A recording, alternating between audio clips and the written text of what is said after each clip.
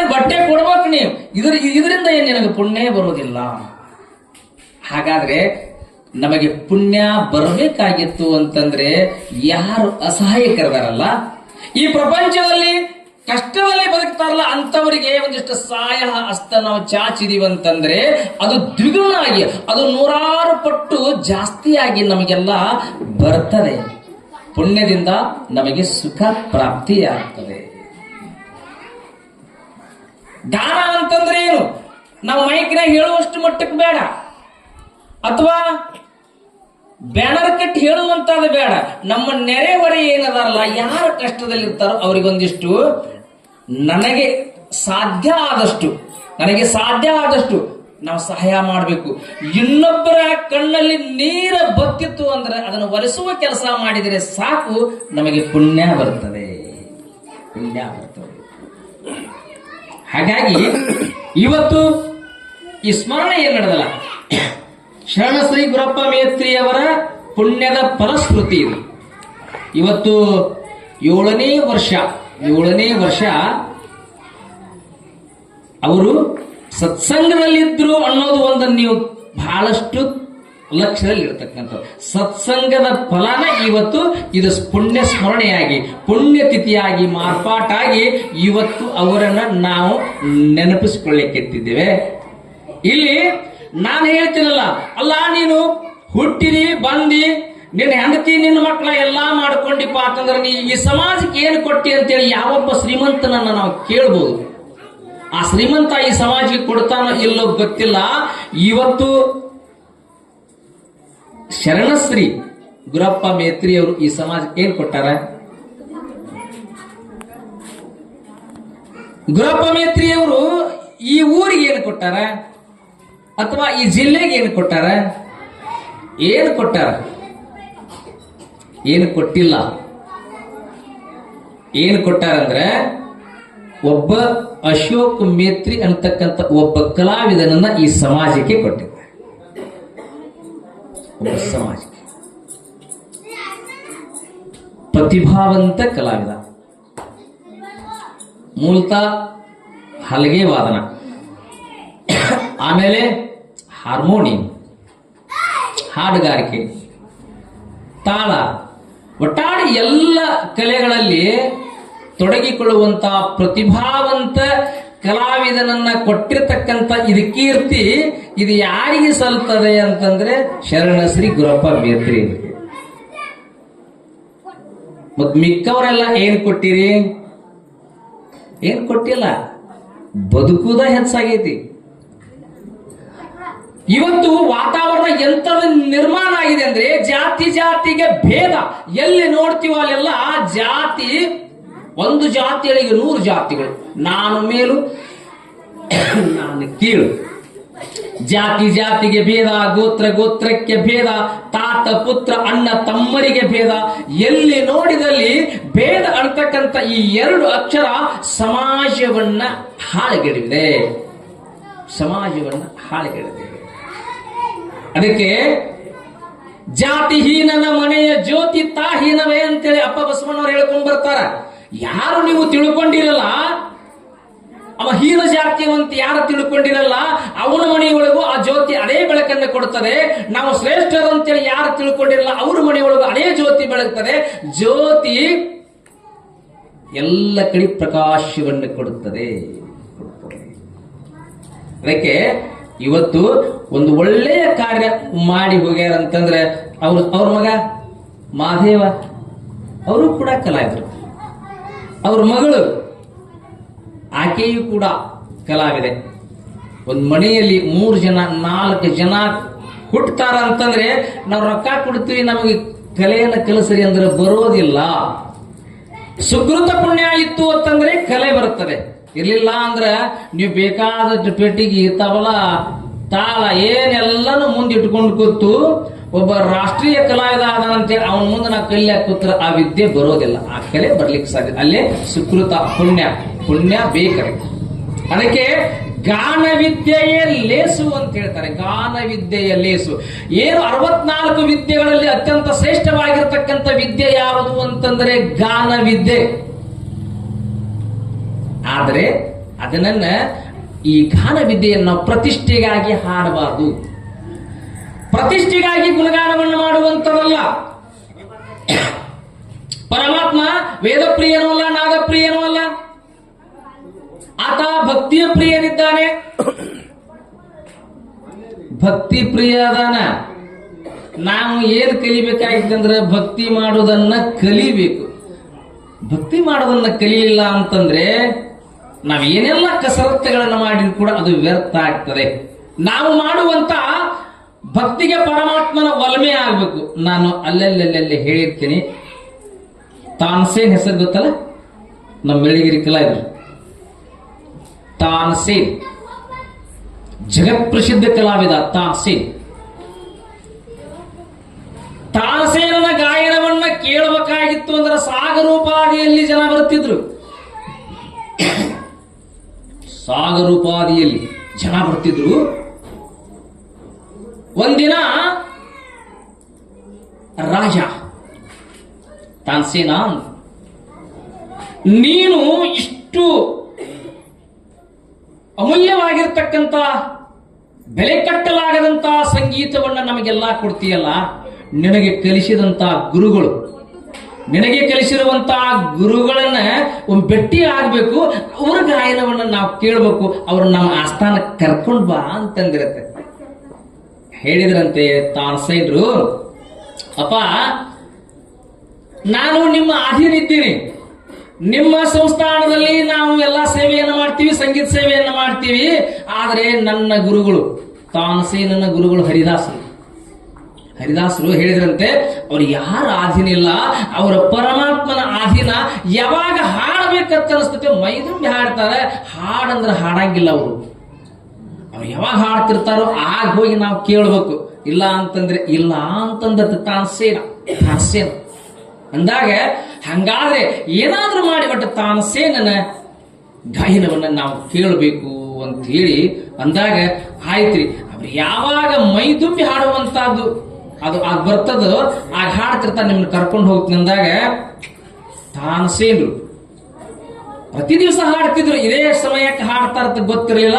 ಆದ್ರೆ ಅವರ ಗಾಯನವನ್ನು ನಾವು ಕೇಳಬೇಕಾತಂದ್ರೆ ಬೆಳಗ್ಗೆ ಏಳುವುದರೊಳಗಾಗಿ, ಸೂರ್ಯೋದಯ ಇನ್ನೂ ಆಗಿರುವ ಮುಂಚೆನೆ ನಾವು ಹೋಗಿ ಅಲ್ಲಿ ಕೂಡ್ರನ್ನ ದೂರ ಕುಂಡ್ರಬೇಕು. ಅದು ಕೇಳ್ತೀವಂತಂದ್ರೆ ಹಾಡವರಲ್ಲ, ಹಾಡವರಲ್ಲ, ಬ್ಯಾಡಂದ್ರ ಬಿಡವರಲ್ಲ ಅಂತವ್ರು. ಅದಕ್ಕೆ ನಾವು ದೂರ ಕೂತನೇ ಕೇಳಬೇಕು ಅಂತೇಳಿ ಒಂದು ಕಂಟಿಯ ಮರೆಯಲ್ಲಿ ತಾನ್ಸೇನ್ರು ಹಾಗೂ ಮಹಾರಾಜ ಇಬ್ರು ಕೂತ್ರಂತೆ. ಆ ಕ್ಷಣ ಆ ಬೆಳಗುವ ಮುಂಜಾನೆಯಲ್ಲಿ ಹರಿದಾಸರು ಗಾಯನವನ್ನ ಪ್ರಾರಂಭ ಮಾಡಿದರು. ಹಾಡಿದ್ರು, ಮನದುಂಬಿ ಹಾಡಿದ್ರು ಹರಿದಾಸರು ಹಾಡಿದಾಗ ಆ ರಾಜನಿಗೆ ಇಷ್ಟು ಸಂತೋಷ ಆತ್ಲ. ಇಲ್ಲಿವರೆಗೆ ತಾನ್ಸೇನನ ಸಂಗೀತವನ್ನ ಏನು ಕೇಳಿದ್ನೋ ಅದೆಲ್ಲ ನನಗೆ ಸಪ್ಪೆ ಎನಿಸ್ತು. ತಾನ್ಸೇನ ನಾವು ಪ್ರಸಿದ್ಧ ಅಂತ ಕಲಾವಿದ ಅಂತ ಹೇಳ್ತೀವ್ರು, ಅಂತವರ ಸಂಗೀತ ನಮಗೆಲ್ಲ ಸೊಪ್ಪೆ ಆಯ್ತು. ತಾನ್ಸೇನ, ನಿಮ್ಮ ಗುರುಗಳ ಹರಿದಾಸರ ಗಾಯನದ ಮುಂದೆ ನಿನ್ನ ಗಾಯನ ಬಹಳ ಸೊಪ್ಪೆ ಆಯ್ತು ಅಂತೇಳಿ ಅಂದ್ರಂತೆ. ಆಗ ತಾನ್ಸೇನ್ ಹೇಳಿದ್ರಂತೆ, ಅಪ್ಪ ಮಹಾರಾಜ, ನಾನು ಹಾಡೋದು ನನ್ನ ಹೊಟ್ಟೆಗಾಗಿ, ಒಂದಿಷ್ಟು ದುಡ್ಡಿಗಾಗಿ ನಾನು ನನ್ನ ವಿದ್ಯೆಯನ್ನ ಮಾರ್ಕೊಳ್ಳಿಕ್ಕೆ ಹತ್ತೀನಿ. ಆದ್ರೆ ನಮ್ಮ ಗುರುಗಳು ದುಡ್ಡಿಗಾಗಿ ಹಾಡ್ಲಿಕ್ಕೆ ಹತ್ತಿಲ್ಲ, ಹೊಟ್ಟೆಗಾಗಿ ಹಾಡ್ಲಿಕ್ಕೆ ಹತ್ತಿಲ್ಲ.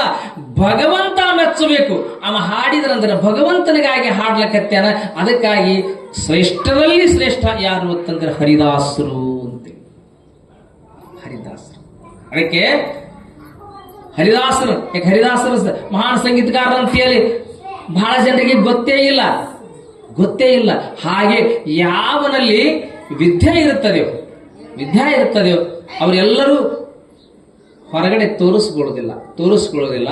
ಹಾಗಾಗಿ ನನಗೆ ತಿಳಿದ ಹಾಗೆ ಶರಣಶ್ರೀ ಗುರಪ್ಪ ಮೇತ್ರಿ ಅವರಲ್ಲಿರ್ತಕ್ಕಂಥದ್ದು ಬಹುತೇಕ ನಾವು ಕಾಣಲರಿಯದು ನನಗೆ ಕಂಡಿಲ್ಲ.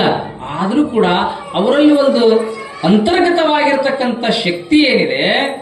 ಇವತ್ತು ಅವರು ಶರಣರು, ಕಲಾವಿದರು, ಇವತ್ತು ಅವ್ರ ಮಕ್ಕಳು ಕೂಡ ಕಲಾವಿದರ ಕ್ಷೇತ್ರಕ್ಕೆ ಬರ್ತಾರಂತಂದ್ರೆ ಅದು ಪುಣ್ಯದ ಶೇಷ. ರಾಜಕಾರಣಿಗಳ ಮಕ್ಕಳು ರಾಜಕಾರಣಿಗಳಾಗ್ತಾರೆ, ಅಧಿಕಾರಿಗಳ ಮಕ್ಕಳು ಅಧಿಕಾರಿಗಳಾಗ್ತಾರೆ, ಕಲಾವಿದರ ಮಕ್ಕಳು ಕಲಾವಿದರೇ ಆಗ್ತಾರೆ. ಆದರೆ ನಮ್ಮ ಕಲೆ ಮಾರಾಟ ಆಗಬಾರ್ದು. ಇದರಲ್ಲಿ ತತ್ವ ಇದೆ. ಕಲೆಯಲ್ಲಿ ನೋಡಿ, ನಾವೆಲ್ಲ ಭಜನೆ ಹಾಡ್ತೀವಿ ಅಂದ್ರೆ ಭಜನೆಯಿಂದ ನಮ್ಮ ಬದುಕು ಬದಲಾಗಬೇಕು, ಭಜನೆಯಿಂದ ನಮ್ಮ ಜೀವನ ಶೈಲಿ ಬದಲಾಗಬೇಕು. ಅದನ್ನ ಬಿಟ್ಟು ರಾಗದ್ವೇಷಗಳಿಂದ ಕೂಡಿರತಕ್ಕಂತ ಭಜನೆ, ರಾಗದ್ವೇಷಗಳ ಕೂಡಿರ್ತಕ್ಕಂಥ ಇವೇನು ಧರ್ಮ ಕಾರ್ಯಗಳದಲ್ಲ, ಅವು ಪರಮಾತ್ಮನನ್ನ ಕೂಡ್ಲಿಕ್ಕೆ ಸಾಧ್ಯನೇ ಇಲ್ಲ.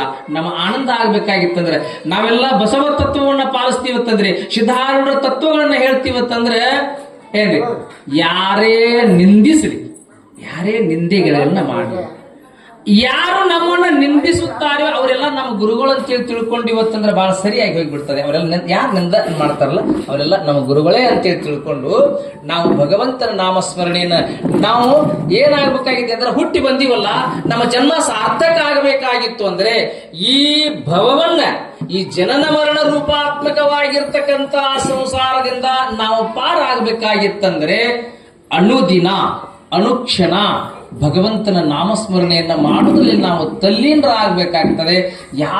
ಸ್ತುತಿ ನಿಂದೆಗಳಿಗೆ ಹಿಗ್ಗದೆ ತಗ್ಗದೆ ನಾವ್ ಹೆಂಗಿರ್ಬೇಕಂದ್ರೆ ಬಾಲಕರಂತೆ, ಸ್ತುತಿ ನಿಂದೆಗಳಿಗೆ ಹಿಗ್ಗದೆ ತಗ್ಗದೆ ಹೆಂಗಿರ್ಬೇಕಂದ್ರೆ ಬಾಲಕನ, ಸಣ್ಣ ಹುಡುಗನ ಒಂದ್ಸಲ ನಾವು ಬೇದಿ ಅಂದ್ರೆ ಮತ್ತೊಂದು ಗಳಿಗೆ ಅವ್ನ ತಲೆಯಾಗಿ ಇಟ್ಟುಕೊಳ್ಳೋದಿಲ್ಲ. ಹಾಗೆ ನಾವು ಬಾಲಕರಂತೆ ನಮ್ಮ ಜೀವನ ಇರಬೇಕಾಗ್ತದೆ. ಇಲ್ಲಿ ನಾನು ಹೇಳುವಂತ ತಾತ್ಪರ್ಯ ಇಷ್ಟೇ, ಒಬ್ಬ ಶರಣ ಜೀವನವನ್ನು ಮಾಡಿ ಕಲಾವಿದನಾಗಿ ಅವ ಈ ಲೋಕಕ್ಕೆ ಏನ್ ಕೊಟ್ಟ ಅಂದ್ರೆ, ಬದುಕಿರುವವರೆಗೆ ಈ ಕಾರ್ಯಕ್ರಮದ ಸಂಘಟಕರಾಗಿರಂತ ಅಶೋಕ ಕಲಾ ಸೇವೆಯನ್ನು ಮಾಡು, ಧರ್ಮ ಸೇವೆಯನ್ನು ಮಾಡು, ಗುರುಗಳ ಸೇವೆಯನ್ನು ಮಾಡು, ನಿನಗೆ ಫಲ ಸಿಗ್ತದೆ ಅಂತಕ್ಕಂಥ ಸಂದೇಶವನ್ನ ಗುರಪ್ಪ ಮೇತ್ರಿಯವರು ಈ ಸಮಾಜಕ್ಕೆ ಕೊಟ್ಟಿದ್ದಾರೆ. ಹೀಗಾಗಿ ನಾವು ಕಲಾವಿದರಾದಂಥವರು ಕೂಡ ಹಿರಿಯರು ಏನು ನಡೆದಿರ್ತಾರಲ್ಲ ಆ ಹಾದಿಯಲ್ಲಿ ಹೋಗುವುದು ಕೂಡ ಅದರ ಕರ್ತವ್ಯ ಆಗ್ತದೆ. ಯಾವಾಗಲೂ ನಾವು ನೆಗೆಟಿವ್ ಥಿಂಕ್ ಎಲ್ಲಿಯೂ ಮಾಡಬಾರ್ದು, ಪಾಸಿಟಿವ್ ಏನು ಸತ್ಯ ಇದೆ ಅದನ್ನು ನೋಡೋದ. ಒಬ್ಬ ಮನುಷ್ಯನಲ್ಲಿ ಯಾವ ಮನುಷ್ಯನು ಪರಿಪೂರ್ಣನಲ್ಲ, ಅವನ ಏನಲ್ಲಿ ಪರಿಪೂರ್ಣತೆ ಇಲ್ಲ ಅಂತೇಳಿ ನೆಗೆಟಿವ್ ಥಿಂಕ್ ಅಂತೀವಲ್ಲ, ಇಲ್ಲದನ್ನ ಹುಡುಕೋದು, ಆ ಕೆಲಸ ಮಾಡದೆ ಅವರಲ್ಲಿರ್ತಕ್ಕಂಥ ಸಾತ್ವಿಕ ವಿಚಾರಗಳನ್ನ, ಅವರಲ್ಲಿರ್ತಕ್ಕಂಥ ಗುಣಗಳನ್ನ ನಾವೆಲ್ಲ ಏನಂದ್ರೆ ಹಂಚಿಕೊಳ್ಳಬೇಕಾಗ್ತದೆ. ಹೀಗಾಗಿ ಇದು ಕಷ್ಟ ಏನು, ಧರ್ಮ ಸಂಸ್ಥಾಪನಾರ್ಥಾಯ ಸಂಭವಾಮಿ ಯುಗೆ ಯುಗೆ ಅಂತ ಭಗವಂತ ಯಾವಾಗ ಧರ್ಮ ನಾಶ ಆಗುತ್ತದೆಯೋ, ಧರ್ಮ ಕಾರ್ಯಗಳು ನಾಶ ಆಗುತ್ತಿರುತ್ತವೆ, ಆ ಕಾಲಕ್ಕೆ ನಾನು ಹುಟ್ಟಿ ಬರ್ತೇನೆ ಅಂತೇಳಿ ಭಗವಂತ ಹೇಳಿಕೊಂಡ ಹಾಗೆ ಅನೇಕ ನಮ್ಮ ನಾಡಿನಲ್ಲಿ ಶರಣರ ರೂಪದಲ್ಲಿ, ಅಪ್ಪಾಜಿಯವರ ರೂಪದಲ್ಲಿ, ಸಂತರ ರೂಪದಲ್ಲಿ, ಸಾಧುರ ರೂಪದಲ್ಲಿ ಭಗವಂತ ಅವತಾರವನ್ನು ಎತ್ಕೊಂಡು ಬಂದಿರ್ತಾನೆ. ಈ ಪುಣ್ಯ ಸ್ಮರಣೆ ಕೇವಲ ಈ ದಿನಕ್ಕೆ ಸೀಮಿತ ಆಗದೆ ಏನು ಇಡೀ ಒಂದು ವರ್ಷ 365 ದಿನಗಳದಾವಲ್ಲ, ನಾವು ಸತ್ಸಂಗದಲ್ಲೇನೆ ನಮ್ಮ ಜೀವನವನ್ನ ಕಳೆಬೇಕಂತಕ್ಕಂಥ ಒಂದು ಪ್ರಮಾಣವನ್ನ ಇವತ್ತು ಮಾಡಿದ್ರಿ ಅಂತಂದ್ರೆ ಇದು ಅರ್ಥಪೂರ್ಣವಾಗಿರತಕ್ಕಂಥ ಪುಣ್ಯ ಸ್ಮರಣೆ ಆಗ್ತದೆ. ನಿಮಗೆ ಹೇಳಿಲ್ಲ, ಒಂದಿಷ್ಟು ಪರಿವರ್ತನೆ ಆಗಬೇಕಾಗಿದೆ. ನಾವು ಯಾರ್ಯಾರ್ದು ಗಲಾಟೆಯಲ್ಲಿ ನಾವು ತೊಡಗಬಾರದು. ಈ ಜಗತ್ತಿನಲ್ಲಿ 2 ವರ್ಗ ಅದಾವ, ಒಂದು ಕೆಟ್ಟವರ ವರ್ಗವೇ, ಒಂದು ಒಳ್ಳೆಯವರ ವರ್ಗ ಇದೆ. ಅದಕ್ಕೆ ಸಾರ ಸಜ್ಜನರ ಸಂಘ ಲೇಸು ಕಂಡಯ್ಯ, ನಾವೆಲ್ಲ ಏನ್ ಮಾಡ್ಬೇಕಾಗಿತ್ತು, ಸಜ್ಜನರ ಸಂಘವನ್ನ ಮಾಡಬೇಕಾಗಿದೆ. ಸಾರ ಸಜ್ಜನರ ಸಂಘ ಲೇಸು ಕಂಡಯ್ಯ, ದೂರ ದುರ್ಜನರ ಸಂಘ ಅದು ಭಂಗವಯ್ಯ. ಸಂಘ 2 ಉಂಟು, ಒಂದನ್ನ ಹಿಡಿ ಒಂದನ್ನ ಬಿಡು. ಮಂಗಳಮೂರ್ತಿ ಕೂಡಲ ಸಂಗಮ ದೇವ ಅಂತ ಹೇಳಿ ನಾವೇನ್ ಮಾಡ್ಬೇಕಾಗಿದ್ದಾರೆ, ಸಜ್ಜನರ ಸಂಘವನ್ನು ಮಾಡಬೇಕಾಗಿದೆ, ಶರಣರ ಸಂಘವನ್ನು ಮಾಡಬೇಕಾಗಿದೆ. ಶರಣರ ನುಡಿಗಳನ್ನ, ಮಹಾತ್ಮರ ವಚನಗಳನ್ನ ಕೇಳುವುದರ ಮೂಲಕ ನಮ್ಮ ಜನ್ಮವನ್ನ ನಾವು ಪಾವನ ಮಾಡಿಕೊಳ್ಳಲಿಕ್ಕೆ ಸಾಧ್ಯ ಇದೆ ಅಂತ ಹೇಳ್ತಾ, ಈ ಮೇತ್ರಿ ಕುಟುಂಬಕ್ಕೆ ಸದ್ಗುರುನಾಥ ಸಿದ್ಧಾರೂಢರು, ಜಗದ್ಗುರು ಬಸವಣ್ಣವರು, ಎಲ್ಲ ಮಹಾತ್ಮರು ಇವರಿಗೆ ಈ ಸತ್ಸಂಗದಲ್ಲಿ ಪಾಲ್ಗೊಳ್ಳುವಂತ ಸದ್ಗುರುಗಳನ್ನ ಅದರ ಜೊತೆಗೆ ಒಂದಿಷ್ಟು ಸಂಪತ್ತನ್ನ ಸೌಲಭ್ಯಗಳನ್ನ ಭಗವಂತ ನೀಡ್ಲಿ ಅಂತ ಹೇಳ್ತಾ ವೇದಿಕೆ ಮೇಲೆ ಇರ್ತಕ್ಕಂಥವ್ರು ಎಲ್ಲರೂ ಸಮಾಜದ ಹಿರಿಯರು ಪೂಜ್ಯರು ತಾವೆಲ್ಲ ಈ ಕಾರ್ಯಕ್ರಮದಲ್ಲಿ ಪಾಲ್ಗೊಂಡಿರೋದ್ರಿಂದ ಈ 7ನೇ ವರ್ಷದ ಈ ಪುಣ್ಯ ಸ್ಮರಣೆ ಪುಣ್ಯಾರಾಧನೆ ಒಂದು ಪರಿಪೂರ್ಣ ಕಾರ್ಯಕ್ರಮ ಆಗ್ತದೆ. ಯಾಕೆ ಇದು ಧರ್ಮಕ್ಕೆ ಹಿನ್ನಡೆ ಇದೆ ಅಂದ್ರೆ ಸತ್ಯ ಏಕಾಂಗಿದೆ. ಇಲ್ಲಿ ಬರೀ ಆಜುಬಾಜುದವರೇ ಕೂತ್ರ ಬಹುತೇಕದ ಹಾಲು ತುಂಬುತ್ತದೆ, ಆಜುಬಾಜಿನವರೇ ಕೂತದೆ. ಅದರ ವ್ಯವಸ್ಥೆ ಹೇಗಿದೆ ಅಂತಂದ್ರೆ ನಾನು ಆಗಾಗ ಹೇಳ್ತೀನಿ, ಊರೊಳಗೆ ಒಂದು ಆರ್ಕೆಸ್ಟ್ರಾ ಆತು ಅಂತಂದ್ರ ಹೆಜ್ಜೆ ಇಡ್ಲಾಕ ಜಾಗ ಸಿಗಂಗಿಲ್ಲ, ಯಾರಿಗೂ ಕೈ ಮುಗಿದು ಕರೆಯಂಗಿಲ್ಲ, ಅಲ್ಲಿ ಜಾಗ ಸಿಗಂಗಿಲ್ಲ. ಇಲ್ಲಿ ಕೈ ಮುಗಿದು ಕರೆದ್ರು ಇಲ್ಲಿ ಬರಂಗಿಲ್ಲ. ಯಾಕಂದ್ರೆ ಹಾಗೆ ಈ ಧರ್ಮ ಕಾರ್ಯಗಳು ಹಿಡಿಸೋದಿಲ್ಲ. ಯಾಕಂದ್ರೆ ಒಬ್ಬ ರೋಗಿಗೆ ಔಷಧವನ್ನ ಕೊಡುವಾಗ ಕೈಯಾದ ಔಷಧವನ್ನು ಕೊಡುವಾಗ ವಾಲ್ಯ ಅಂತಿರ್ತಾನ, ಒಲ್ಲೆಯಪ್ಪ ಇದು ಕಹಿ ಇದೆ ಅಂತಿರ್ತಾನ, ಇದು ಕಹಿ ಇದೆ ಅಂತಾನ. ಜೋರಾವರಿ ಮಾಡಿ ಆ ಔಷಧವನ್ನು ಕುಡಿಸಿದಾಗ ಕೆಲವು ದಿನಗಳಿಗೆ ಅವನ ಆರೋಗ್ಯ ಹೇಗೆ ಸುಧಾರಣೆ ಆಗುತ್ತದೆಯೋ ಹಾಗೆ ಇದು ಬಹುತೇಕ ನಮ್ಮ ಈ ಸತ್ಸಂಗ, ಈ ನಮ್ಮ ವೇದಾಂತ, ಈ ನಮ್ಮ ಸಿದ್ಧಾಂತಗಳು ಬ್ಯಾಡ ಅನಿಸಿದ್ರೂ ಕೂಡ ಜೋರಾವರಿ ಮಾಡಿ ನೀವು ಕೇಳ್ರಿ ಬೇಕ್ರ ಬಿಡ್ರಿ ಅಂತೇಳಿ ನಾವು ಶಿವಾಯ ನಮ ಅಂತ ಹೇಳಿದಿವತ್ತಂದ್ರೆ ಶಿವಾಯ ನಮ ಶಿವಾಯ. ಇವತ್ತು ಪಂಚಾಕ್ಷರಿ ಮಹಾಮಂತ್ರ ಇರಲಿ, ಷಡಕ್ಷರಿ ಮಹಾಮಂತ್ರ ಇರಲಿ, ನಿಮ್ಮನ್ನ ಸುಖದತ್ತ ಒಯ್ಯುತ್ತದೆ. ಆ ಮಹಾಮಂತ್ರ ಪಾಪವೆಂಬ ಮೋಡಗಳಿಗೆ ಗಾಳಿಯಾಗಿದೆ. ನೀವು ಬಡತನ ಸಿರಿತನ ಅಂತಕ್ಕದ್ದು ತನ್ನ ಪಾಡಿಗೆ ತಾನು ಬರ್ತದೆ ಹೋಗ್ತದೆ, ಬಡತನ ಒಮ್ಮೆ ಬರ್ತದೆ ಒಮ್ಮೆ ಹೋಗ್ತದೆ.